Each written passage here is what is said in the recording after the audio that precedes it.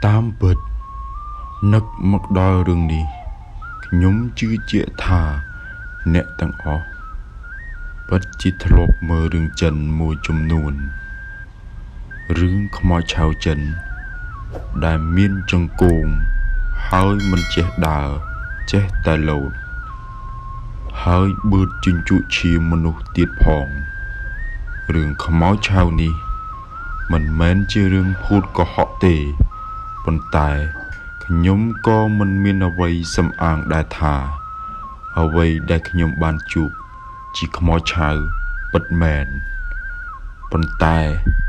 bà sân chi miên bom ôn thọp bàn chụp rước hơi ai chối prap nhóm phòng rừng ni cát lang ca pi nước mình ca nó nhóm krôn pu viên bay khoảnh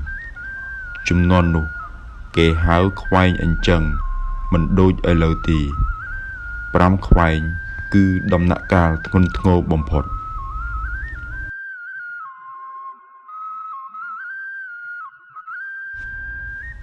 nhóm ban từ sầm rạp chịp bà nơi tí bệt khải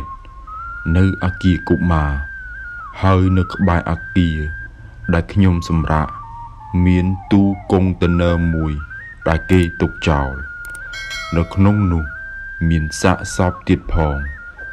ró bèl dục nhóm tay tay lư xâm lên chầm lại chỉ tràn chính pi tu nụ bây khla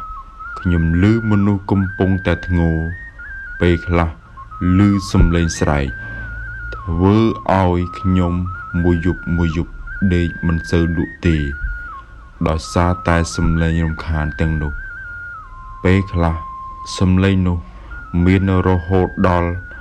mong pram tiếp lư tự bạt bần tài nơi tháng ấy đã nhóm chất chênh pi môn tì bệt nhóm bán đa lên hay bán đa tư cân lại đã xạ sọp nụ chai đòn nơi có bài nụ miên pra hong tụi mùi mồm ai ở nhóm mơ khơi xạ hiệp khang nông tèng srong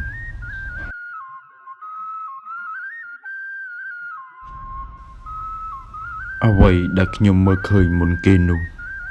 cứ miên cả đà một chút mùi nơi có bài nụ miên xạ sọp mùi cầm pong ta chô trứ ban rung bọt tự đòi cọ đá cắt sai chất chừng bần tài được xóa pro lọc nê nâng một tại bất mình chật nê xạ sọp nụ cứ ba cọ lọt tại mà đòn nê liên stơ tại trong chru miên chiêm đông tam rung vong nê ai một vinh cứ miên chân cung chinh một rào nhung phải tơ lúc lần đài bần tai cất thả và hai chia xạ sọp đại kê dục từ bị sao tế đấng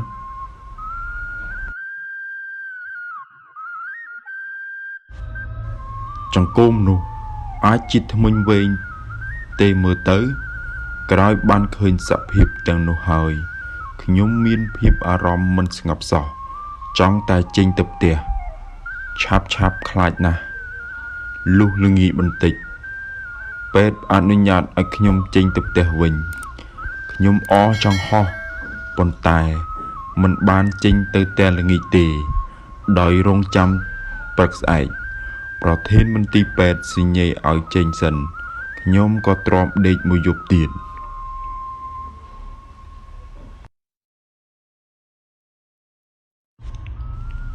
dục làng srap ta xâm lên đài rồng khan nhôm nụ bán bần lư làng cu ấy khlại srap chia môi xâm lên sky lù nâng chal tra chẹ mọc rơ hịa nâng chal tra chẹ bọ mọc rơ hịa hơi thuyết bần tục mình ban bật tì đói châm ho chal môi sinh tu còi mọc nhôm miên aram tha tra chẹ trong trường đôi miền away mọc ba anh chừng nhóm cất thà pro hai chiếc trò hơi có một bàn cất tràn có sông ngòm tiệt mối sọp bọ còi mọc chương nhóm miền aram thà can tai tra chẹt khlang ខ្ញុំក៏ស្រវាទាញភួយទៅគ្របប៉ុន្តែក៏ប៉ះនឹងរបស់រឹងអ្វីម្យ៉ាងដូចជាដៃមនុស្សកំពុងតែចាប់ជើងខ្ញុំជាប់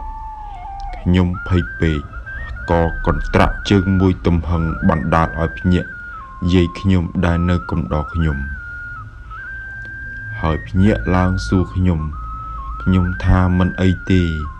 គ្រាន់តែយល់សប្តិអាក្រក់រួចក៏សង្ងំដេកទៀត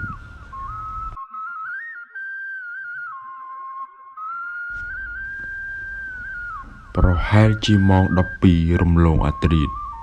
ស្រាប់តែឮសំឡេងផ្ទុះមួយទំហឹងស្នូក៏ក្រោកផ្អើលអស់អ្នកសម្រាកពេទ្យក្រោកទៅមើលស្រាប់តែឃើញទូកុងតឺន័រនោះរហែកចំកណ្ដាលពុនមាត់លូហើយក្រដាស់កាសែតបានហើររាយប៉ាយពេញដីខ្ញុំភ័យណាស់ខ្ញុំគិតថាប្រហែលជាសាកសពនោះលួចរត់ដឹងពេលទៅអើតមើលពិតជាបាត់សាកសពនោះមែនខ្ញុំកាន់តែភ័យស្អែកឡើងខ្ញុំក៏ត្រឡប់មកផ្ទះវិញគ្រួសារខ្ញុំសប្បាយចិត្តណាស់ក៏រៀបចំទិញម្ហូបយ៉ាងច្រើនដើម្បីទទួលខ្ញុំរវល់តែសប្បាយចិត្តដែលចេញពីពេទ្យទើបភ្លេចរឿងរ៉ាវដែលបានជួបកន្លងមកប្រហែលជាបាន 2-3 យប់បន្ទាប់មកប្រហែលជាម៉ោង 9 ទៅហើយខណៈពេលខ្ញុំកំពុងតែលង់លក់ដំណេកយ៉ាងស្កប់ស្កល់ស្រាប់តែខ្ញុំឮសូរសំឡេងល្វើយក្រហមធ្ងោដូចជាមនុស្សឈឺអញ្ចឹងឯងដោយសារតែសំឡេងនោះរំខានពេកខ្ញុំក៏ភ្ញាក់ពីដំណេក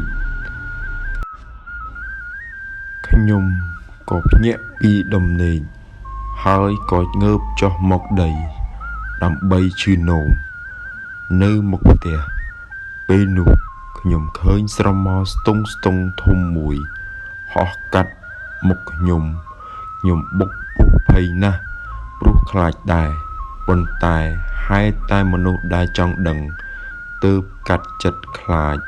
ហើយឈរប្រឹងសម្លឹងមើលតាមទិសដៅស្រមោលនោះមួយសន្ទុះក្រោយមកស្រមោលនោះបានហោះមកវិញយឺតមកដល់មុខខ្ញុំ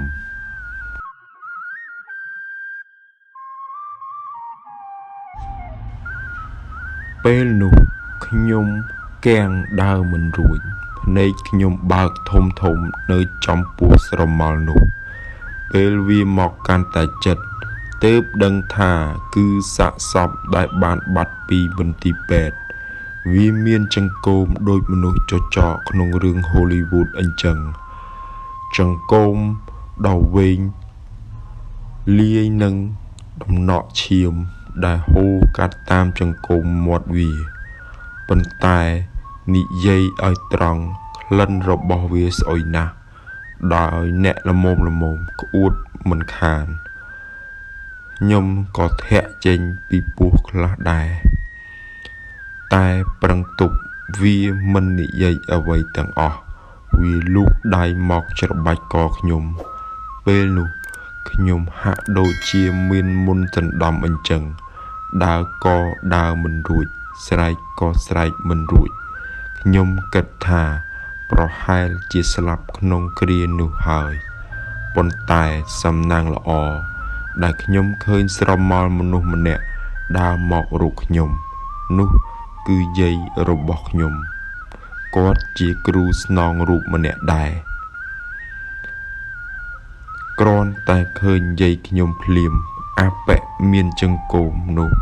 ស្រាប់តែបាត់ស្រមោលឈឹងតែម្ដង